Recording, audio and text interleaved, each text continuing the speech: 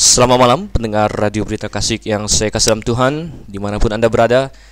Pada malam hari ini saya mengucapkan selamat malam, selamat berjumpa kembali di dalam Radio Berita Klasik 828 AM dalam acara kita bersama Mutiara Kebenaran. Saya Dr. Stephen Einstein Liao, berharap Anda siap untuk membahas kebenaran-kebenaran firman Tuhan pada malam hari ini. Dan kita akan masuk ke dalam kitab Keluaran, karena kita sedang dalam kitab Keluaran. Ingat bahwa Mutiara Kebenaran akan membahas kitab-kitab perjanjian lama secara sistematis, teratur agar Anda, pendengar tercinta sekalian, tidak kehilangan satu titik pun kebenaran firman Tuhan. Memang kalau kita pergi ke gereja, kita mendengarkan khotbah, seringkali dari minggu ke minggu ada khotbah-khotbah yang hebat dan luar biasa. Tetapi tetap ada tempat untuk program-program seperti Mutiara Kebenaran, karena kalau kita mendengar khotbah dari minggu ke minggu, kadang-kadang ada saja perikop dalam Alkitab yang tidak pernah dikhotbahkan. Mungkinkah silsilah-silsilah, mungkinkah berbagai peraturan di kitab imamat, ataukah berbagai hal-hal aneh lain yang mungkin Anda tidak pernah baca dalam Alkitab, jarang dikhotbahkan. Tetapi kalau Anda mengikuti Radio Berita Klasik, baik itu acara Mutiara Kebenaran untuk perjanjian lama maupun acara Through the Bible untuk perjanjian baru, maka mau tidak mau Anda akan ikut membahas bersama dengan saya dan Dr. Suento untuk Through the Bible. Anda akan membahas semua perikop dalam Alkitab. Jadi tidak akan ada yang terlewatkan. Nah, itulah tujuan dari Radio Berita Klasik mengusung acara Mutiara Kebenaran dan Through the Bible. Tentu pembahasan secara sistematis ini telah membawa kita sekarang kepada kitab Keluaran, dan kita sudah sampai kepada pasal yang ke-10. Untuk edisi kali ini atau sesi kali ini, saya akan menggabungkan pasal 10 dan pasal 11 sekaligus dalam kitab Keluaran. Biasanya kita akan membahas satu pasal per sesi, tetapi ada pasal-pasal yang cukup pendek sehingga harus kita gabungkan dengan pasal lain. Dan pasal 11 cukup pendek dan akan saya gabungkan dengan pasal yang ke-10. Jadi bersiaplah dengan Alkitab Anda, kita akan segera membahas firman Tuhan Keluaran pasal 10 dan pasal 11 pada malam hari ini. Baik pendengar sekalian yang kasih dalam Tuhan, sebelum kita mulai lebih lanjut lagi, mari kita berdoa terlebih dahulu. Bapa di surga, Tuhan, kami sungguh mengucap syukur untuk segala berkat-Mu, baik itu berkat rohani melalui keselamatan kami, maupun berkat-berkat jasmani, kesehatan yang kami miliki, berkat-berkat materi yang kami nikmati. Dan tidak lupa kami mengucap syukur untuk firman-Mu yang tersedia untuk menerangi setiap jalan kami. Biarlah Roh-Mu yang membantu kami ketika kami ingin merenungkan kebenaran firman-Mu dalam kitab Keluaran pada malam hari ini, agar kami mengerti, dan terutama Tuhan, agar setiap pendengar dapat menerapkan kebenaran-Mu itu dalam kehidupan mereka sehari-hari. Kami berdoa hanya dalam nama Yesus Kristus saja, Tuhan dan Juru Selamat kami yang hidup. Amin. Baiklah, mari kita kini membuka Alkitab kita bersama. Kalau Anda ada di rumah atau ada Alkitab dekat Anda, maka silakan membuka bersama dengan saya. Tentu kalau Anda sedang mengendarai mobil, saya tidak anjurkan Anda membuka Alkitab bersama saya. Saya akan tetap membacakan ayat-ayat yang kita bahas bersama. Keluaran pasal yang ke-10, coba kita lihat ayat 1 hingga ayat yang kedua terlebih dahulu. Keluaran pasal 10 ayat 1 dan 2, berfirmanlah Tuhan kepada Musa, pergilah menghadap Firaun, sebab aku telah membuat hatinya dan hati para pegawainya berkeras, supaya aku mengadakan tanda-tanda mujizat yang kubuat ini di antara mereka, dan supaya engkau dapat menceritakan kepada anak cucumu bagaimana aku mempermain-mainkan orang Mesir, dan tanda-tanda mujizat mana yang telah kulakukan di antara mereka, supaya kamu mengetahui bahwa akulah Tuhan. Sedikit kilas balik, kitab Keluaran menceritakan tentang keluarnya bangsa Israel dituntun oleh tangan Allah yang maha kuat. Ingat bahwa Yusuf telah membawa bapaknya Yakub bersama dengan keluarganya yang lain turun ke Mesir untuk menghindari kelaparan, tetapi kemudian mereka menjadi budak di sana. Setelah Yusuf mati dan bangkit Firaun baru yang tidak mengenal Yusuf sama sekali. Dan tidak mengenal Yusuf bukan berarti dia lupa siapa Yusuf, tapi sejarah Mesir mencatat ada pergantian dinasti kira-kira pada tahun-tahun itu. di mana pada waktu Yusuf berkuasa kemungkinan adalah dinasti Hyksos yang berkuasa di Mesir. Dinasti yang Hyksos ini adalah dinasti orang-orang asing, dan suatu ketika terjadi pemberontakan dan dinasti Hyksos berhasil dikalahkan, dan pemerintahan Mesir kembali lagi ke tangan orang-orang Mesir pribumi. Tentunya orang-orang Mesir pribumi yang selama ini mungkin merasa terjajah oleh dinasti Hyksos yang merupakan orang-orang asing akan melampiaskan amarah mereka kepada semua orang asing, termasuk anak-anak Israel yang ada di negeri Mesir pada waktu itu. Dan segera mereka menjadi budak, dan perbudakan mereka berat sekali. Dan Alkitab mencatat bahwa teriak mereka akhirnya sampai kepada Tuhan, dan Tuhan mempersiapkan seorang yang akan dia pakai untuk menyelamatkan orang Israel. Orang itu tidak lain adalah Musa, dan kita telah membahas di pasal 3, pasal 4 tentang pemanggilan atas Musa. Dan kita teruskan kemudian di pasal 6 bagaimana Musa menghadap Firaun, dan Firaun menolak mentah-mentah untuk melepaskan orang Israel. Bagaimana tidak, saudara? Sekitar 600.000 orang yang 20 tahun ke atas tercatat sebagai orang Israel. 600.000 budak, 600.000 tenaga kerja yang tidak harus Anda bayar. Belum termasuk dengan anak-anak dan wanita-wanita mereka yang mungkin dipekerjakan juga di bidang-bidang lain. Total diperkirakan ada sekitar 2 juta orang Israel yang meninggalkan Mesir. Sekitar 2 juta orang yang bekerja bagi Anda, yang menghasilkan devisa, yang tidak usah engkau pedulikan hak-hak asasi manusianya, yang bisa Anda peras tenaganya. Dan Anda kalau melepaskan 2 juta orang demikian, maka ekonomi Anda jelas akan runtuh, ya. Belum lagi orang Mesir selama ini tentunya sudah terbiasa untuk tidak rajin karena mereka mengandalkan budak-budak mereka. Mereka sudah tidak terbiasa dengan pekerjaan-pekerjaan yang kelas bawah, dan mereka tentu Firaun harus menimbang-nimbang.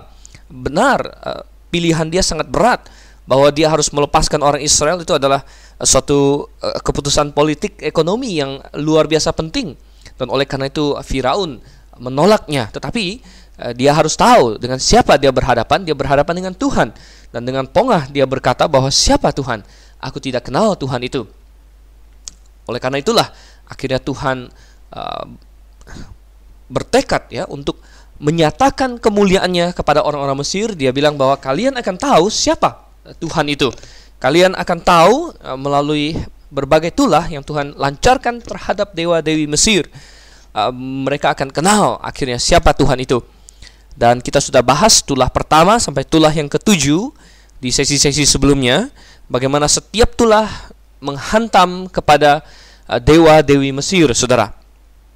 Dan sampailah kita sekarang setelah tulah yang ke-7, yaitu hujan es, ya. Di pasal 9 ada hujan es yang menimpa tanah Mesir, dan hujan es itu begitu dahsyat, walaupun sulit bagi kita untuk membayangkan Mesir yang adalah daerah cukup tropis, cukup dekat dengan khatulistiwa, kenapa bisa hujan es? Tetapi Alkitab mencatatnya, saudara.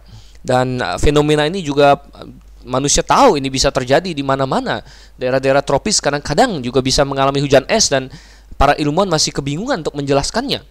Kebanyakan mencoba menjelaskan bahwa ada angin yang entah dari mana membawa es-es itu. Nah, seperti di Jakarta sekian tahun yang lalu, saya ingat terjadi hujan es kecil-kecilan, ya. Memang tidak cukup besar, hanya daerah lokal saja, tetapi sempat ada hujan es di daerah sekitar Jakarta dan Bekasi, dan itu sampai masuk koran, saya masih ingat.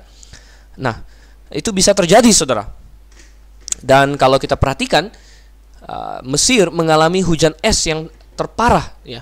Terparah, walaupun nanti masih ada hujan es lagi yang akan lebih parah lagi yang dicatatkan dalam kitab Wahyu. Akhirnya karena hujan es itu, Firaun mengalah juga. Dia berkata, "Oh, stop, saya tidak mau lagi. Tolong berdoa, kalian boleh pergi." Dan Musa berdoa, tetapi akhirnya karena kelegaan yang terjadi, dikatakan di pasal yang ke-9 ayatnya yang ke-35, berkeraslah hati Firaun. Ini hati Firaun sendiri yang karena melihat situasi sudah aman, dia mulai berkeras lagi, saudara. Dia tidak mau mengalah kepada Tuhan. Dan akhirnya mengantar kita kepada pasalnya yang ke-10. Kita lihat di sini. Tuhan berfirman, "Aku telah membuat hatinya dan hati para pegawainya berkeras," katanya.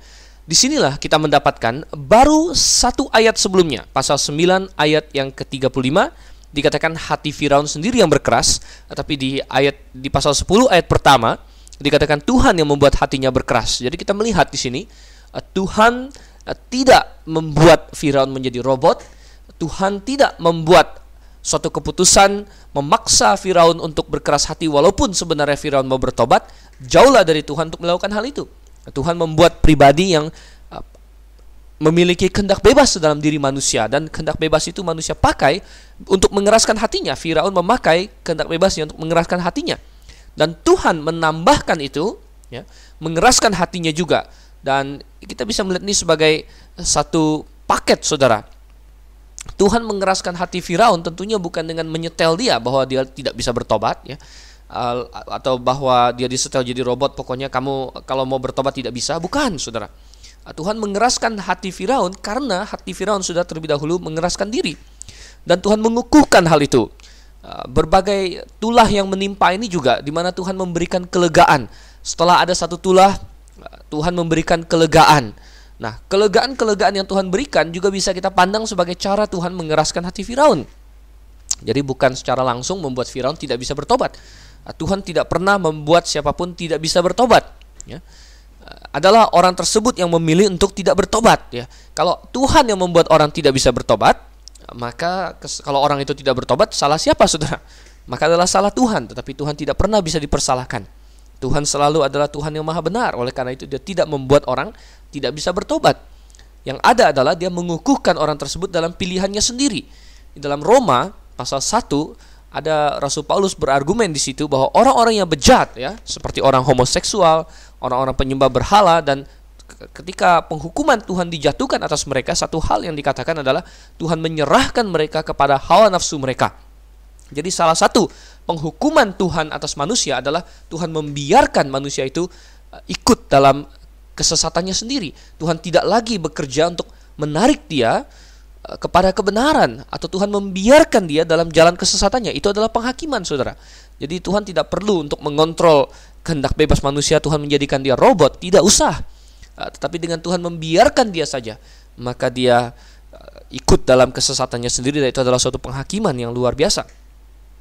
Dan kita lihat di sini Tuhan berkata bahwa salah satu tujuan dia melakukan berbagai tulah di Mesir adalah supaya nama Tuhan semakin dimuliakan, dan supaya orang Israel memiliki suatu pelajaran atau menangkap suatu pelajaran. Ingat bahwa di dalam sekolah kita biasanya agar belajar sesuatu harus diulang dan diulang dan diulang dan diulang. Ketika Anda masih kecil dan saya masih kecil, mungkin Anda masih ingat kita belajar tabel perkalian, ya, 1 kali 1, 1 kali 2, ya, terus berlanjut 3 kali 3, 3 kali 4. Itu dihafal, dan dihafal harus berulang dan berulang dan berulang dan berulang agar itu ngelotok, saudara. Agar sambil tidur pun kalau dibangunin berapa 7 kali 7 langsung bisa jawab 49. Ya, pengulangan, harus ada pengulangan, dan tulah-tulah ini diberikan supaya kemuliaan Tuhan semakin berlipat ganda, dan pelajaran bagi bangsa Israel nanti semakin diulang dan diulang dan diulang lagi. Jadi dikatakan, aku membuat ini supaya, katanya, engkau dapat menceritakan kepada anak cucumu bagaimana aku mempermain-mainkan orang Mesir, katanya. Jadi kemuliaan Tuhan di sini. Jadi ada orang yang sinis dan berkata, lihat betapa Tuhan pilih kasih kepada orang Israel, betapa Tuhan jahat sekali kepada orang Mesir, dia mempermain-mainkan orang Mesir. Saudara, kita harus sadar bahwa Tuhan kadang-kadang memiliki lebih dari satu tujuan dalam berbuat satu hal, ya.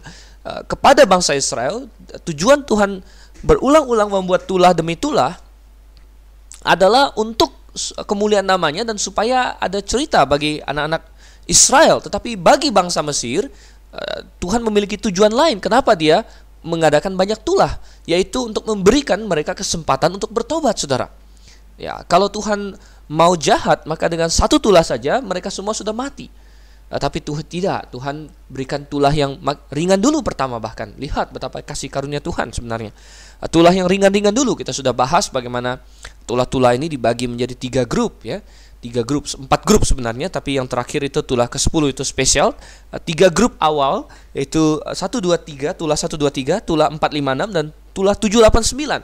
Itu membentuk 3 grup.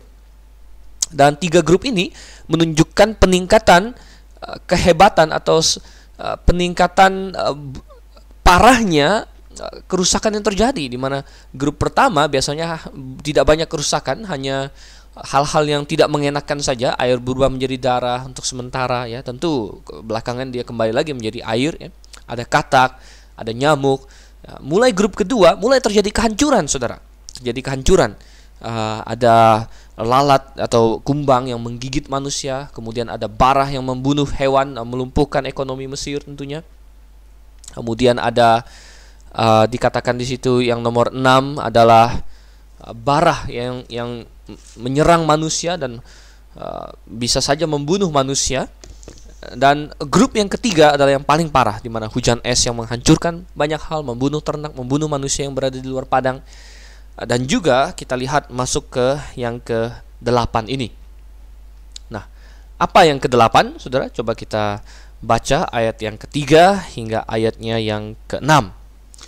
Ayat 3 hingga ayat yang ke-6. Lalu Musa dan Harun pergi menghadap Firaun dan berkata kepadanya, "Beginilah firman Tuhan Allah orang Ibrani, berapa lama lagi engkau menolak untuk merendahkan dirimu di hadapanku?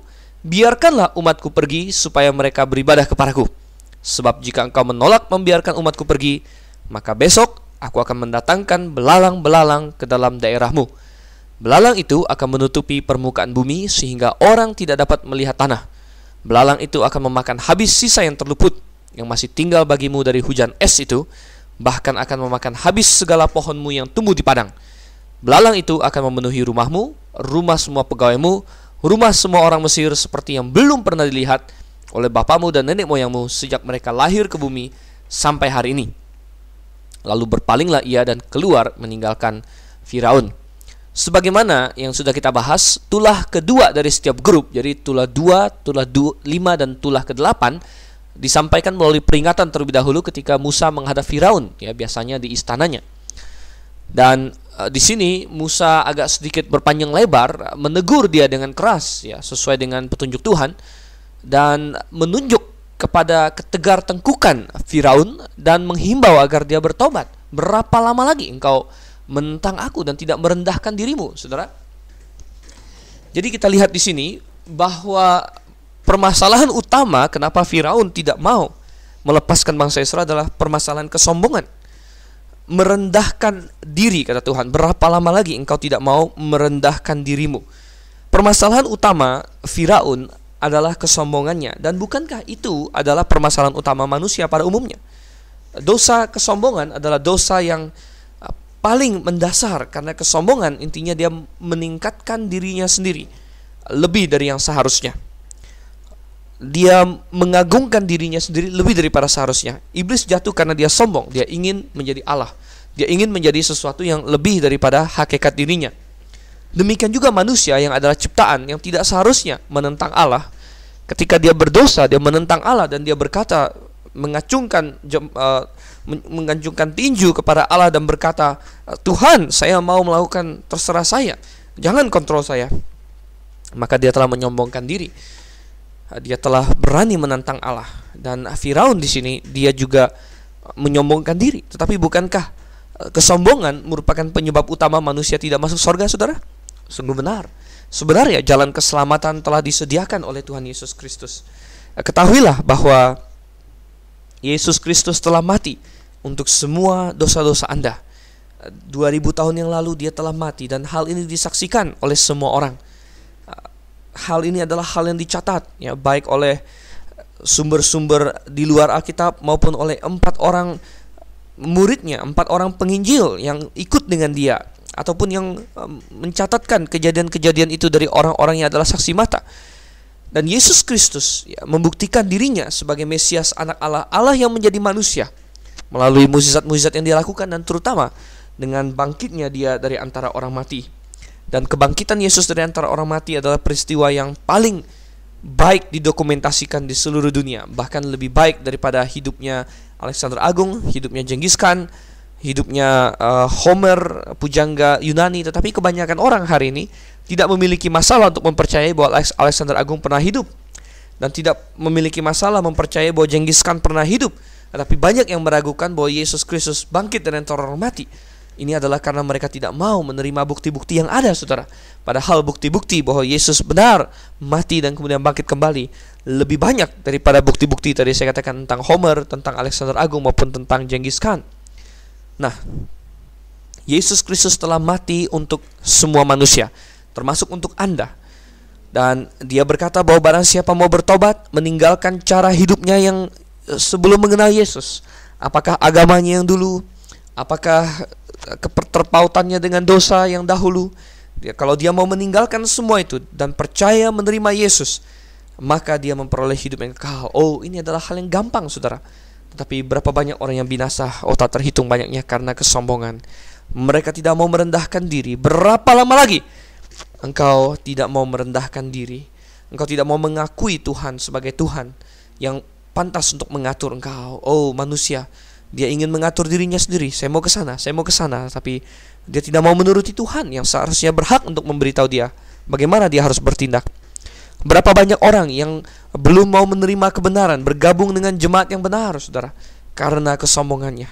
Oh, saya belum bisa meninggalkan gereja yang salah, gereja saya yang lama, dan bergabung dengan gereja yang benar. Oh, itu terlalu sulit. Oh, kesombongan, saudara.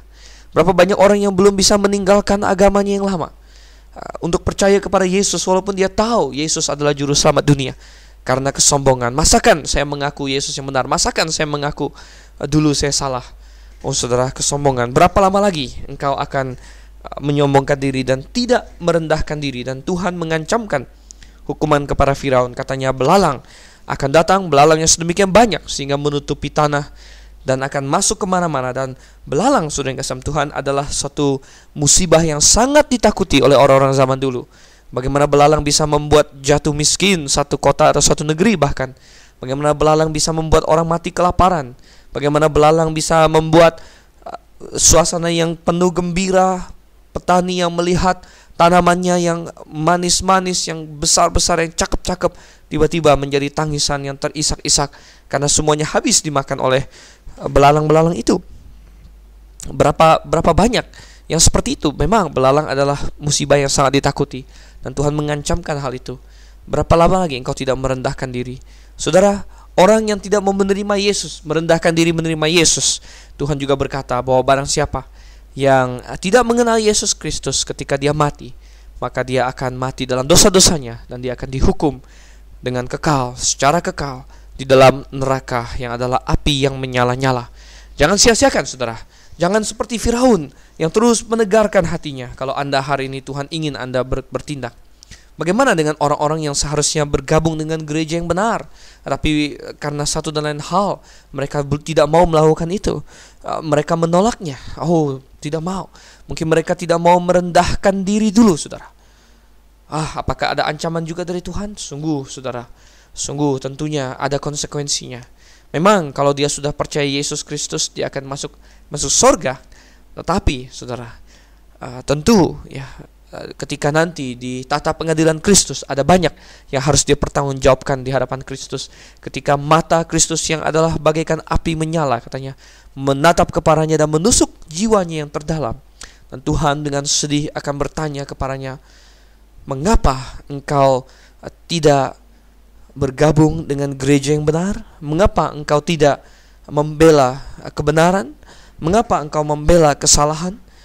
Dan kata-kata Yesus itu saya tidak bisa bayangkan dengan apakah saya akan menjawabnya kalau itu dituduhkan kepada saya. Mungkin saya hanya akan menggantungkan kepala saya dengan malu dan berkata, oh Tuhan, saya telah berdosa, ampuni saya. Dan memang kalau saya percaya Yesus, saya akan diampuninya. Tetapi sungguh betapa kesempatan yang luar biasa untuk bekerja bagi Tuhan, untuk berbuat sesuatu bagi Tuhan, untuk mendapatkan pahalanya akan hilang dari genggaman saya. Dan suatu penyesalan yang tak akan habis-habisnya mungkin dalam pikiran saya akan terbawa terus bahwa betapa saya seharusnya bisa lebih lagi untuk Tuhan. Saudara, coba kita lihat sekarang ayat yang ke-7 hingga ayat yang ke-11. Sesudah itu berkatalah para pegawai Firaun kepadanya, berapa lama lagi orang ini akan menjadi jerat kepada kita? Biarkanlah orang-orang itu pergi supaya mereka beribadah kepada Tuhan Allah mereka. Belumkah Tuanku insaf bahwa Mesir pasti akan binasa? Lalu Musa dan Harun dibawalah kembali kepada Firaun, dan berkatalah Firaun kepada mereka, pergilah, beribadahlah kepada Tuhan Allahmu. Siapa-siapa sebenarnya yang akan pergi itu? Jawab Musa, kami hendak pergi dengan orang-orang yang muda dan yang tua, dengan anak-anak lelaki kami dan perempuan, dengan kambing domba kami dan lembu sapi kami. Sebab kami harus mengadakan perayaan untuk Tuhan. Tetapi Firaun berkata kepada mereka, Tuhan boleh menyertai kamu jika aku membiarkan kamu pergi dengan anak-anakmu. Lihat, jahatlah maksudmu. Bukanlah demikian, kamu boleh pergi, tetapi hanya laki-laki. Dan beribadahlah kepada Tuhan, sebab itulah yang kamu kehendaki. Lalu mereka diusir dari depan Firaun. Firaun adalah yang paling keras rupanya. Memang pegawai-pegawainya juga berkeras hati. Kita dapatkan itu dari pasal 10 ayat pertama, bahwa Tuhan juga mengeraskan hati pegawai-pegawainya. Tetapi rupanya pegawai-pegawainya terbagi menjadi pegawai yang percaya dan pegawai yang tidak percaya. Kita dapatkan itu dalam tulah hujan es. Katanya pegawai-pegawai Firaun yang percaya kata-kata Musa menyuruh menyuruh hamba-hamba dan ternak-ternak mereka masuk ke dalam kandang, sedangkan pegawai-pegawai yang tidak percaya membiarkan hamba-hamba dan ternak mereka di luar dan mati tertimpa hujan es. Dan tentunya di sini pegawai-pegawai Firaun yang mulai percaya kepada Musa, ya, saya juga heran apa yang bisa membuat Firaun tidak percaya. Tadi adalah kesombongan, saudara. Firaun tidak pernah kalah dan dia tidak mau mengaku kalah dari Musa. Oleh karena itu dia sombong dan dia tidak mau membiarkan orang Israel pergi. Tetapi anak buahnya bisa melihat bahwa Mesir akan binasa, katanya. Dan akhirnya setelah ditekan oleh pegawai-pegawainya, Firaun melakukan satu hal yang belum pernah dia lakukan. Akhirnya dia memanggil kembali Musa dan Harun, ya, dan mulai bernegosiasi dengan mereka. Dan Firaun memanggil mereka dan seolah-olah berkata, ya oke lah, siapa-siapa sebenarnya mau pergi, katanya. Ini suatu taktik untuk menyelamatkan mukanya, seolah-olah dia yang masih memegang kendali begitu. Walaupun tentunya dia masih ingat tuntutan Musa dari awal, ya, dan karena dari awal Musa sudah mengatakan bahwa seluruh orang Israel harus pergi. Dan Musa kembali mengulang di sini bahwa semua pergi, tua, muda, anak-anak, kambing, domba, semua pergi. Dan kita melihat bagaimana Firaun mengejek mereka di sini. Tuhan boleh menyertai kamu jika aku membiarkan kamu pergi. Tentu dalam benak Firaun, ya, mereka sebenarnya sama-sama tahu, ya. Musa tahu, Firaun juga tahu bahwa sebenarnya yang dicari oleh bangsa Israel adalah kemerdekaan. Mereka ingin lepas, dan Firaun takut bahwa kalau dia membiarkan orang Israel pergi ke padang gurun 3 hari perjalanan, mereka tidak akan kembali lagi. Itu yang Firaun takuti, saudara. Dan Musa juga tahu sebenarnya tujuan akhir dari orang Israel bukan hanya untuk pergi 3 hari, tetapi untuk pergi untuk selama-lamanya. Nah, ada orang yang mengklaim, atau orang-orang kritik Alkitab yang berkata, nah di sini Musa kurang jujur atau Tuhan kurang jujur karena minta izinnya adalah pergi 3 hari, tetapi nanti mereka pergi untuk selama-lamanya. Tetapi di sini bukan tidak jujur, saudara. Kalau misalnya Firaun setuju dengan apa yang Musa katakan dan dia merendahkan hati dan dia membiarkan orang Israel pergi 3 hari lamanya, dan 3 hari perjalanan, kalau bolak-balik 6 hari bersama dengan perayaan di situ mungkin sekitar 2-3 minggu, maka orang Israel saya rasa akan kembali lagi ke Mesir. Tetapi ketika mereka kembali, tentunya mereka akan menuntut lagi dengan tuntutan yang lebih tinggi bahwa mereka akan pergi sekarang. Dan waktu 2-3 minggu itu tentunya Tuhan akan pakai untuk melatih orang Mesir untuk hidup tanpa budak-budak mereka. Tetapi kenyataannya Firaun tidak pernah setuju sampai kepada akhirnya, sehingga Tuhanlah yang membebaskan orang Israel secara langsung, bukan atas izin Firaun lagi. Nah, kita lihat, jadi Firaun sebenarnya juga sudah mencurigai bahwa maksud awal dari orang Israel adalah untuk pergi kabur selama-lamanya. Oleh karena itu dengan sinis dia berkata, wah, kalau saya biarkan seperti itu sampai kambing domba, sampai anak-anak hilang semua, itu sih ya istilahnya bolehlah, ya. Itu artinya saya bodoh begitu. Itu artinya memang kamu disertai Tuhan kalau begitu. Dan Firaun menawarkan kompromi di sini. Dia berkata, sudah, yang laki-laki saja yang pergi, yang lain tinggal semua. Nah, di sini saudara yang kasih Tuhan, Firaun dihasut oleh iblis untuk menawarkan kompromi ini. Dan iblis yang berada di balik Firaun tidak tinggal diam, tetapi sampai kepada hari ini tetap menawarkan kompromi yang sama. Dia tetap datang kepada setiap orang percaya dan dia menawarkan kompromi yang sama. Pernahkah Anda ditawari kompromi ini oleh iblis, saudara? Oh ya, dia tidak ingin orang-orang percaya untuk pergi dengan seluruh keluarga menyembah kepada Tuhan, tapi dia ingin berkompromi, ya. Mungkin kepada bapak-bapak, suami-suami yang menjadi kepala keluarga, Iblis tidak ingin Anda membawa keluarga Anda dengan baik di hadapan Tuhan. Dia ingin anak-anak Anda tetap tinggal di dalam dunia ini. Bagaimana Anda mendidik anak-anak Anda? Ibu-ibu juga. Apakah Anda berpikir tentang masa depan anak-anak Anda? Kebanyakan orang berpikir tentang masa depan anak-anaknya, tetapi masa depan secara duniawi saja. Mereka memberikan edukasi pendidikan yang baik, itu bagus. Mereka memberikan kecukupan materi, itu luar biasa. Tetapi jarang yang memikirkan bagaimana dengan kerohanian anak-anak saya. Adakah Anda memikirkan itu, saudara? Iblis senang sekali untuk membuat Anda berkompromi. Oke, silakan, orang tuanya sudah diselamatkan. Tetapi jangan sampai anak-anaknya ikut. Ya, boleh, yang laki-laki saja pergi beribadah kepada Tuhan, katanya. Atau mungkin orang suami yang sudah kenal kebenaran, tetapi iblis, saya lihat ini berulang kali lagi. Iblis biasanya kalau satu sisi, apakah suami atau kayak istri ya, menerima kebenaran, maka iblis akan menghasut yang satunya lagi supaya tidak mau ikut, dan iblis akan membuat dia puas dengan itu. Ya, silakan, ya satu saja, jangan banyak-banyak. Dan saudara, apakah kita mau berkompromi dengan iblis? Ya, jangan, saudara. Kalau ada anggota keluargamu yang belum mengenal Tuhan, beritakanlah kebenaran kepadanya. Tentu bukan dengan paksaan, bukan dengan kekerasan, tetapi dengan penuh lembut. Ya. Ajak dia dengar RBK, ajak dia dengar Through the Bible, ajak dia dengar Mutiara Kebenaran, saudara, supaya dia bisa mengerti kebenaran firman Tuhan dengan lebih mendalam lagi. Nah, bagaimana dengan anak-anak? Tadi kita sempat singgung anak-anak. Kita harus concern dengan bagaimana anak-anak kita nantinya di dunia ini. Bagaimana kerohanian mereka. Kita jangan hanya concern dengan materi mereka. Ya, terlalu banyak orang tua yang membuat keputusan berdasarkan materi saja. Dia mengirim anaknya ke tempat-tempat yang memang secara duniawi mungkin terkenal, ya, sangat bonafit, tetapi ya, yang sungguh-sungguh menghancurkan moral anak itu. Maka jangan heran kalau anak itu akhirnya menjadi orang yang tidak mengenal Tuhan. Ya. Nah, bagaimana orang tua harus berusaha membawa anaknya ke gereja juga dari kecil, saudara, membiasakan dia di gereja, tidak membiarkan mereka mendengar lagu-lagu duniawi, tidak membiarkan mereka tercemari oleh program-program TV yang mengajarkan yang tidak-tidak. Ya, itu adalah tugas orang tua.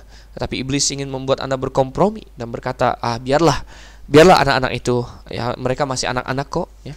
Biarlah mereka menonton film-film yang tidak bermutu itu, yang jelek itu. Biarlah mereka mendengar musik dunia. Biarlah mereka menolak ke gereja. Saudara yang kasih Tuhan, iblis membuat orang berkompromi. Nah, bagaimana dengan tanggapan Musa? Apakah dia ikut dengan kompromi itu? Kita baca ayat 12 sampai ayat yang ke-14. Berfirmanlah Tuhan kepada Musa, ulurkanlah tanganmu ke atas tanah Mesir, mendatangkan belalang, dan belalang akan datang meliputi tanah Mesir dan memakan habis segala tumbuh-tumbuhan di tanah, semuanya yang ditinggalkan oleh hujan es itu. Lalu Musa mengulurkan tongkatnya ke atas tanah Mesir, dan Tuhan mendatangkan angin timur melintasi negeri itu sehari-harian dan semalam-malaman. Dan setelah hari pagi, angin timur membawa belalang. Datanglah belalang meliputi seluruh tanah Mesir dan hinggap di seluruh daerah Mesir sangat banyak. Sebelum itu tidak pernah ada belalang yang demikian banyaknya, dan sesudah itu pun tidak akan terjadi lagi yang demikian. Ayat 15. Belalang menutupi seluruh permukaan bumi sehingga negeri itu menjadi gelap olehnya. Belalang memakan habis segala tumbuh-tumbuhan di tanah dan segala buah-buahan pada pohon-pohon yang ditinggalkan oleh hujan es itu, sehingga tidak ada tinggal lagi yang hijau pada pohon atau tumbuh-tumbuhan di padang di seluruh tanah Mesir. Kita lihat, saudara-saudara yang kasih dalam Tuhan, karena ketegaran hati Firaun, akhirnya tulah yang ke-8 datang menghampiri mereka, dan negeri Mesir dipenuhi oleh belalang-belalang. Ini adalah cara Tuhan menghukum orang Mesir.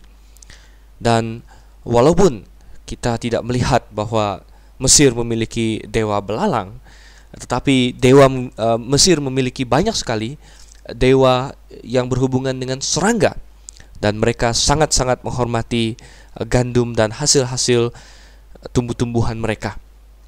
Dan tulah belalang ini merupakan serangan dari Yehova secara langsung kepada segala kepercayaan orang Mesir, bahwa dewa-dewa mereka melindungi mereka, bahwa dewa-dewa serangga mereka membantu mereka. Tetapi yang di sini kita lihat adalah sebaliknya.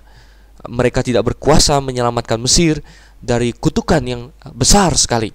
Dan di dalam Alkitab kita dapatkan bahwa gerombolan belalang seringkali merupakan alat Tuhan untuk menghukum suatu bangsa tertentu. Ini kita temukan dalam kitab Yoel, dan juga nanti di akhir zaman, saudara yang kasih Tuhan, akan ada lagi suatu tulah belalang yang besar sekali, yaitu di dalam kitab Wahyu. Di dalam masa tribulasi, Tuhan akan sekali lagi mendatangkan belalang-belalangnya untuk menghukum orang-orang yang tidak percaya kepadanya. Menarik sekali kita lihat di sini bahwa Tuhan menggunakan angin untuk membawa belalang-belalang itu. Ini berbeda dengan beberapa tulah lain di mana muncul nyamuk, muncul bara secara supranatural. Dari debu tanah tiba-tiba muncul benda-benda ini. Tetapi untuk belalang, Tuhan tidak menciptakan mereka langsung dari debu, walaupun Tuhan punya kemampuan untuk itu.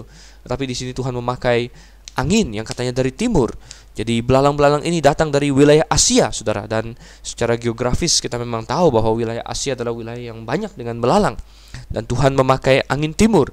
Kemungkinan angin timur di sini adalah angin siroko, yaitu angin panas yang bertiup melalui padang pasir Saudi Arabia dan tempat-tempat seperti itu, membawa belalang-belalang itu datang ke Mesir, dan katanya Mesir menjadi penuh dengan mereka. Apa sebenarnya yang ditakutkan orang dari belalang, saudara? Belalang dalam jumlah yang sedikit sebenarnya adalah serangga yang tidak berbahaya sama sekali, bahkan bisa menjadi sumber makanan. Kita tahu bahwa Elia maupun Yohanes Pembaptis makan belalang, tetapi belalang dalam jumlah yang banyak adalah suatu kengerian bagi suatu negeri. Mengapa? Karena belalang-belalang ini semuanya lapar, apalagi mereka baru saja ditiup oleh angin yang kencang, dan mereka dibawa, dan ketika mereka jatuh dan hinggap di Mesir, mereka lapar sekali, dan mereka akan memakan segala-galanya yang ada di depan mereka, segala yang hijau, rumput, tumbuhan, buah, gandum, wah, habis semua dimakan. Dan belalang-belalang ini bagaikan mesin yang tidak henti-hentinya menghabiskan barang-barang itu. Coba kita lihat sekarang ayat 16 hingga ayat yang ke-20, saudara. Maka segeralah Firaun memanggil Musa dan Harun serta berkata, "Aku telah berbuat dosa terhadap Tuhan Allahmu dan terhadap kamu. Oleh sebab itu ampunilah kiranya dosaku untuk sekali ini saja, dan berdoalah kepada Tuhan Allahmu itu supaya bahaya maut ini dijauhkannya daripadaku." Lalu keluarlah Musa meninggalkan Firaun dan berdoa kepada Tuhan. Maka Tuhan membuat angin bertiup dari jurusan sebaliknya, yaitu angin barat yang sangat kencang, yang membawa belalang itu dan melemparkannya ke dalam laut Tebrau.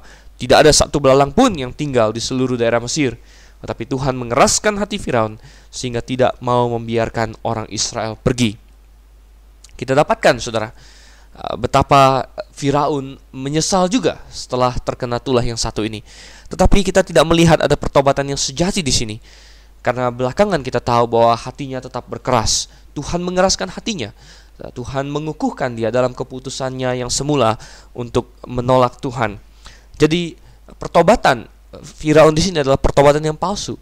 Rasa menyesal dia bukanlah rasa menyesal akan dosa, melainkan rasa menyesal karena ia telah terkena hukuman. Tuhan tidak menginginkan penyesalan yang seperti itu. Tuhan ingin orang yang benar-benar. Apa arti bertobat, saudara? Bertobat artinya kita sungguh-sungguh melihat sesuatu itu dari sudut pandang Allah. Kita setuju bersama dengan Allah bahwa dosa itu adalah hal yang menjijikkan. Itu adalah pertobatan, saudara. Orang yang bertobat bukanlah orang yang menyesal karena dia tertangkap, menyesal karena dia dihukum. Karena jikalau hukuman itu diangkat seperti Firaun, maka mereka terus mengeraskan hati. Sebaliknya, orang yang sungguh-sungguh bertobat adalah orang yang telah setuju dengan Allah bahwa tindakannya yang berdosa itu adalah sesuatu yang menjijikkan, adalah suatu pemberontakan yang sangat parah, dan dia menyesal atas apa yang telah dia lakukan itu. Dia bukan menyesal hanya atas konsekuensinya, tetapi dia menyesal atas seluruhnya, saudara, yaitu apa yang dia lakukan itu. Nah, kita lihat di sini, Firaun tidak sampai kepada pertobatan, tetapi Tuhan masih bermurah hati karena dia menyesal dan berpura-pura bertobat, walaupun Tuhan sudah tahu dia berpura-pura, tetapi Tuhan tetap membiarkan tulah itu berlalu. Memang karena Tuhan punya rencana khusus, yaitu tadi sudah kita baca di awal, untuk memperbanyak tanda-tanda ajaib yang dia lakukan di Mesir. Dan Tuhan menimbulkan, katanya, angin barat yang bertiup dan melemparkan belalang-belalang itu ke laut Tebrau. Oh, saudara, ini bagaikan suatu peringatan dari Tuhan kepada orang-orang Mesir bahwa semudah dia mencampakkan belalang-belalang itu ke dalam laut Tebrau, semudah itu pula kalau Tuhan ingin orang-orang Mesir semuanya bisa dicampakkan ke dalam laut Tebrau. Dan kita akan dapatkan itu belakangan nanti. Coba kita lihat sekarang ayat yang ke-21 hingga ayat yang ke-23, saudara. Ayat 21 hingga 23, berfirmanlah Tuhan kepada Musa, ulurkanlah tanganmu ke langit supaya datang gelap meliputi tanah Mesir, sehingga orang dapat meraba gelap itu. Lalu Musa mengulurkan tangannya ke langit dan datanglah gelap gulita di seluruh tanah Mesir sampai 3 hari. Tidak ada orang yang dapat melihat temannya, juga tidak ada orang yang dapat bangun dari tempatnya selama 3 hari. Tetapi pada semua orang Israel ada terang di tempat kediamannya. Tulah yang ketiga dari setiap grup, jadi tulah ketiga, keenam, dan kesembilan selalu datang tanpa peringatan. Dan benar, sekali ini juga Tuhan menyuruh Musa mengulurkan tongkatnya. Dan datanglah tulah yang kesembilan, tulah yang menghantam Mesir dengan begitu parahnya, dan yang tentu tidak dapat mereka salah artikan sebagai suatu fenomena alam. Mereka harus tahu bahwa ini adalah tangan Tuhan, yaitu Tuhan menyerang dewa Mesir yang paling utama, yaitu dewa Ra, saudara. Bangsa Mesir adalah bangsa penyembah dewa matahari, dan gambar lingkaran matahari yang bersinar-sinar itu ada di banyak sekali hieroglif Mesir, di banyak sekali dokumen-dokumen prasasti Mesir. Jadi bangsa Mesir paling banyak menyembah dewa matahari. Tetapi saudara, dewa ini tidak dapat menolong mereka karena dewa ini tidak punya kekuatan. Matahari sungguh hanyalah suatu benda yang Allah ciptakan, dan manusia yang bodohlah yang ingin menukarkan kemuliaan Tuhan yang tidak fana dengan ciptaan yang sangat terbatas. Musa mengulurkan tangannya, dan tiba-tiba matahari tidak berfungsi lagi bagi orang Mesir, dan terjadi gelap gulita. Saudara, bukan saja matahari sendiri tidak berfungsi lagi, tetapi secara supranatural Tuhan mendatangkan gelap gulita yang tidak ada taranya, saudara. Dikatakan bahkan sampai orang dapat meraba gelap itu. Maksudnya gelapnya itu sedemikian sehingga orang sepertinya bisa menangkap gelap itu. Anda pernah berada dalam suatu ruangan yang sama sekali tidak ada cahaya, saudara? Sama sekali, maksud saya sama sekali. Pada ruangan-ruangan seperti itu, gelapnya itu bagaikan bisa dipegang, saudara. Dan ini adalah suatu kejadian supranatural, ya. Banyak orang yang mencoba melihat, ini adalah gerhana matahari, tapi mustahil. 3 hari katanya, gerhana matahari hanya beberapa menit. Mungkin ada yang mengatakan bahwa ada awan yang menutupi matahari, tetapi saudara, itu tidak mungkin juga. Karena ketika malam datang tentunya bintang-bintang akan terlihat, bulan mungkin akan terlihat. Intinya terjadi suatu fenomena alam. Mungkin ada suatu tabir, ya, mungkin juga awan, tapi awan yang tidak normal tentunya, awan yang abnormal, awan yang ilahi, atau dengan mekanisme lain Tuhan menutupi semua cahaya, semua sumber cahaya, matahari, bulan, dan bintang. Tetapi menutupinya sedemikian rupa hanya pada daerah tanah Mesir dan mengecualikan tanah Goshen. Nah, mungkin ada orang yang kritis dan berkata, mana mungkin itu terjadi. Tapi saudara yang kasih Tuhan, jangan manusia meninggikan diri dan merasa lebih tahu tentang alam semesta ini dibandingkan Sang Penciptanya. Kalau Allah mengatakan itu bisa dilakukan, maka kita harus tunduk. Dan saudara, kegelapan ini rupanya juga sangat supranatural. Kita tidak mengerti mengapa orang Mesir tidak bisa menyalakan api, ya, untuk mendapatkan penerangan. Mungkin Tuhan dengan suatu mukjizat tertentu menyebabkan bahkan api pun tidak dapat menyala selama 3 hari itu di tanah Mesir. Intinya kita mencatat bahwa semua orang karena kegelapan yang sangat gulita itu tidak bahkan bisa bepergian. Mereka hanya diam saja di tempat mereka masing-masing, dan mereka tidak dapat melihat temannya. Mungkin mereka bisa saling mendengar dan mereka tahu, tetapi kegelapan sedemikian rupa sehingga mereka sama sekali tidak bisa beraktivitas apa-apa. Dan tentu ini adalah suatu serangan yang amat dahsyat kepada mereka, saudara. Dan ayat yang ke-24 dikatakan, lalu Firaun memanggil Musa serta berkata, pergilah beribadah kepada Tuhan, hanya kambing dombamu dan lembu sapimu harus ditinggalkan. Juga anak-anakmu boleh turut beserta kamu. Tapi Musa berkata, bahkan korban sembelihan dan korban bakaran harus engkau berikan kepada kami, supaya kami menyediakannya untuk Tuhan Allah kami. Dan juga ternak kami harus turut beserta kami, dan 1 kaki pun tidak akan tinggal. Sebab dari ternak itulah kami harus ambil untuk beribadah kepada Tuhan Allah kami. Dan kami tidak tahu dengan apa kami harus beribadah kepada Tuhan sebelum kami sampai di sana. Tapi Tuhan mengeraskan hati Firaun, sehingga dia tidak mau membiarkan mereka pergi. Lalu Firaun berkata kepadanya, pergilah daripadaku, awaslah engkau, jangan lihat mukaku lagi, sebab pada waktu engkau melihat mukaku, engkau akan mati. Kemudian Musa berkata, tepat seperti ucapanmu itu, aku tak akan melihat mukamu lagi. Saudara, kegelapan itu sedemikian mencekam sehingga Firaun sekali ini langsung mengambil tindakan bahwa ini tidak dapat ditolerir lagi, dan dia harus segera membiarkan orang Israel pergi. Dan dia memanggil Musa, mungkin dengan perantaraan orang-orang Mesir yang tinggal di dekat perbatasan Goshen. Saudara, kita tahu di Goshen sendiri ada terang, sehingga orang-orang Mesir yang tinggal di dekat perbatasan Goshen barangkali masih bisa menentukan arah ke arah Goshen, dan mereka bisa berjalan pergi ke sana. Dan akhirnya mereka memanggil Musa dan Harun. Dan Firaun langsung berkata kepada mereka, ya silakan pergi, katanya. Tetapi Firaun masih meninggalkan sisa kesombongannya. Dia masih ingin mengatur. Dia masih ingin tampak seolah-olah dialah yang mengizinkan dan bukan terpaksa, saudara. Dan dia berkata, tapi ternak kalian harus tinggal. Oh, Firaun tahu sekali apa kebenaran yang dikatakan oleh Yesus Kristus. Di mana hartamu berada, di situ hatimu berada. Kalau dia bisa menyebabkan orang Israel meninggalkan semua harta benda duniawi mereka di Mesir, maka dia bisa mengikat mereka kembali ke Mesir. Yesus pernah berkata, di mana hartamu berada, di situ hatimu berada. Sungguh, saudara, tetapi kita melihat kompromi ini Musa tolak. Tidak bisa, katanya. Saya tidak mau, karena kami harus membawa semuanya. Tuhan menuntut kami membawa semuanya. Saudara, iblis berusaha untuk menawarkan kompromi yang sama kepada Anda dan saya pada hari ini. Dia ingin berkata, pertama-tama tentunya banyak sekali yang dia katakan. Dia ingin berkata kepada kita untuk mempersembahkan korban kepada Tuhan di Mesir, kata saya.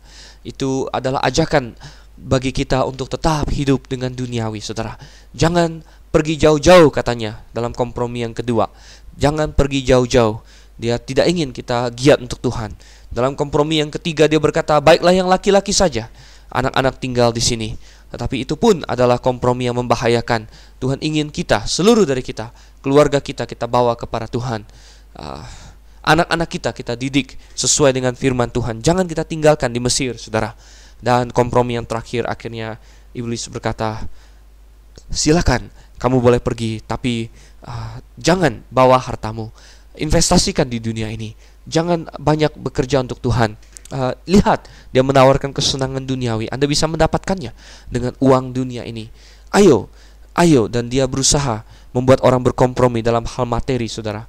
Entah berapa banyak orang Kristen yang diajak berkompromi seperti ini, yang hatinya terpikat dengan harta dunia ini, yang tidak berani berkorban secara materi bagi Tuhan. Padahal, saudara, semua uang kita adalah milik Tuhan. Kita sudah melihat betapa manusia adalah manusia yang lemah, saudara. Sedikit saja penyakit, maka bara bisa timbul, kanker bisa timbul, serangan jantung, stroke. Kekuatan yang kita miliki untuk bekerja, kepandaian, usaha, peluang-peluang yang kita dapatkan, itu semua adalah karunia Tuhan. Dan uang yang kita dapat semua adalah milik Tuhan. Betapa baiknya Tuhan bahwa dia menyisakan 90% untuk kita pakai secara bertanggung jawab. Dan 10%-nya, saudara, dia minta untuk dikembalikan secara khusus untuk pembangunan gereja lokal, untuk penyokongan berdirinya gereja lokal, untuk membiayai pekerja-pekerja Tuhan, hamba-hamba Tuhan di sebuah gereja lokal yang alkitabiah. Dan berapa banyak orang yang tidak mau taat kepada program persepuluhan yang telah Tuhan tetapkan, tapi dia mau keep sendiri, saudara. Oh, 10% berat, katanya, padahal tidak berat, saudara. Jadi kita lihat, iblis ingin membuat orang berkompromi secara materi, saudara, berkompromi secara uang. Dan kalau iblis bisa membuat kita lebih terpaku kepada harta dunia ini, maka dia telah menambatkan hati kita kepada dunia ini, dan itu adalah mula atau awal dari kehancuran. Nah, coba kita lihat sekarang pasal yang ke-11, saudara. Firaun begitu marah bahwa Musa menolak kompromi itu, sehingga dia mungkin berpikir untuk membunuh Musa. Dan dia berkata, jangan lihat aku lagi, nanti kamu mati, katanya. Oh, betapa congak, betapa sombong, padahal hidupnya ada dalam genggaman Tuhan. Jangan kita sombong seperti itu, saudara. Dan kita lihat pasal yang ke-11 sekarang, tulah yang ke-10 dipersiapkan oleh Tuhan. Coba kita baca ayat 1 sampai ayat yang ke-3. Berfirmanlah Tuhan kepada Musa, aku akan mendatangkan satu tulah lagi atas Firaun dan atas Mesir. Sesudah itu ia akan membiarkan kamu pergi dari sini. Apabila ia membiarkan kamu pergi, ia akan benar-benar mengusir kamu dari sini. Baiklah katakan kepada bangsa itu supaya setiap laki-laki meminta barang-barang emas dan perak kepada tetangganya, dan setiap perempuan kepada tetangganya pula. Lalu Tuhan membuat orang Mesir bermurah hati terhadap bangsa itu. Lagi pula Musa adalah seorang yang sangat terpandang di tanah Mesir, di mata pegawai-pegawai Firaun, dan di mata rakyat. Kita lanjutkan dari ayat 4 sampai ayat yang ke-10, biar langsung saja nanti kita bahas sekalian. Berkatalah Musa, beginilah firman Tuhan. Pada waktu tengah malam aku akan berjalan dari tengah-tengah Mesir, maka tiap-tiap anak sulung di tanah Mesir akan mati. Dari anak sulung Firaun yang duduk di tahtanya sampai kepada anak sulung budak perempuan yang menghadapi batu kilangan, juga segala anak sulung hewan. Dan seruan yang hebat akan terjadi di seluruh tanah Mesir, seperti yang belum pernah terjadi dan seperti yang tidak akan ada lagi. Tetapi kepada siapa juga dari orang Israel, seekor anjing pun tidak akan berani menggonggong, baik kepada manusia maupun kepada binatang, supaya kamu mengetahui bahwa Tuhan membuat perbedaan antara orang Mesir dan orang Israel. Dan semua pegawaimu ini akan datang kepadaku dan sujud kepadaku, serta berkata, keluarlah engkau dan seluruh rakyat yang mengikut engkau. Sesudah itu aku akan keluar. Lalu Musa meninggalkan Firaun dengan marah yang bernyala-nyala. Berfirmanlah Tuhan kepada Musa, Firaun tidak akan mendengarkan kamu, supaya mujizat-mujizat yang kubuat bertambah banyak di tanah Mesir. Musa dan Harun telah melakukan segala mujizat ini di depan Firaun, tetapi Tuhan mengeraskan hati Firaun sehingga tidak membiarkan orang Israel pergi dari negerinya. Tulah yang ke-10 dipersiapkan, dan Tuhan berkata, satu tulah lagi katanya, maka dia akan menyerah. Dan Tuhan memberitahu tulah ini adalah tulah yang paling dahsyat, karena secara langsung akan mematikan banyak sekali orang. Bahkan Tuhan memberitahu bahwa semua anak sulung akan mati. Anak sulung mulai dari yang tertinggi, anak sulung Firaun, putra mahkotanya, saudara, sampai kepada anak budak, bahkan sampai kepada putra sulung dari hewan sekalipun, semua akan mati. Dan ini adalah hukuman Tuhan atas orang Mesir, saudara. Sebagaimana orang Mesir telah berusaha membunuh anak-anak laki-laki Israel, kini Tuhan membalikkannya kepada mereka. Bagaimana dengan anak-anak Israel? Oh, anak-anak Israel juga terancam mati, karena malaikat maut akan lewat, dan malaikat maut tidak membeda-bedakan antara orang Mesir dan orang Israel. Tetapi bagaimanakah orang Israel bisa luput? Ya, itulah saudara yang kasih Tuhan yang akan kita bahas nanti di pasal-pasal selanjutnya. Tetapi kita lihat di sini, ini adalah tulah yang sangat mengerikan, saudara. Dan Musa memberitahukannya kepada Firaun, dan dia keluar dengan marah. Tetapi Firaun masih berkeras hati. Tuhan mengeraskan hatinya, katanya. Tuhan mengukuhkan hatinya agar dia tetap pada jalur yang telah dia pilih sejak pertama. Dan untuk mengantisipasi keluarnya bangsa Israel dari tanah Mesir, Tuhan menyuruh orang Israel untuk meminta dari tetangganya, meminta semua barang berharga. Dan katanya Tuhan membuat orang Mesir menjadi bermurah hati. Apa maksudnya Tuhan membuat orang Mesir bermurah hati? Apakah sedemikian rupa sehingga Tuhan menyetel mereka? Apakah Tuhan membuat mereka menjadi robot? Apakah Tuhan memerintahkan, memaksa mereka untuk bermurah hati? Bukan, saudara. Tuhan memang bisa membuat orang bermurah hati, tapi bukan dengan melanggar kehendak bebasnya. Tuhan tidak berlaku seperti itu. Tetapi segala kondisi, segala situasi yang telah berlangsung sampai dengan saat itu, saudara, telah memimpin orang-orang Mesir sedemikian rupa sehingga mereka siap memberikan segala-galanya kepada orang Israel. Ya, segala mukjizat yang telah dilakukan, dikatakan Musa adalah orang yang sangat terpandang di antara orang Mesir. Mereka takut kepada dia. Mereka sadar sekarang orang Israel ada yang menolong, dan mereka mulai ketakutan kepada orang Israel. Dan ketika orang Israel meminta apa saja, mereka segera memberikannya karena hormat dan takut yang mereka miliki. Jadi bukan dengan menyetel mereka jadi robot bahwa Tuhan membuat mereka murah hati, tetapi melalui situasi dan kondisi yang telah Tuhan ciptakan sedemikian rupa. Ingat bahwa Tuhan bukan seperti manusia yang tiba-tiba, oh iya ya, saya pengen buat dia murah hati, lalu berpikir bagaimana. Tidak. Dari awal Tuhan sudah rancang. Tuhan sudah tahu. Dari awal sekali, dari kekal bahkan sampai kekal, Tuhan sudah tahu segala apa yang akan terjadi. Dan Tuhan sudah mempersiapkan segala-galanya. Dan dikatakan segala sesuatu bekerja untuk kebaikan bagi mereka yang mengasihi dia, yaitu bagi mereka yang sudah percaya kepada namanya. Jelas, saudara. Lalu mengapa Tuhan membuat orang Mesir bermurah hati? Apakah ini curang? Oh tidak, saudara, ini bukan curang, tetapi ini adalah cara Tuhan untuk memberikan upah kepada orang Israel yang telah bekerja 430 tahun tanpa bayaran. Kini mereka dibayar upahnya, saudara. Dan dibayar upah ini tentunya sangat menggembirakan, tetapi yang pertama harus mereka pikirkan adalah bagaimana supaya anak sulung mereka tidak mati. Bagaimana ketika malaikat maut lewat dan membunuh semua anak sulung hewan sampai anak sulung Firaun, bagaimana anak sulung mereka bisa luput?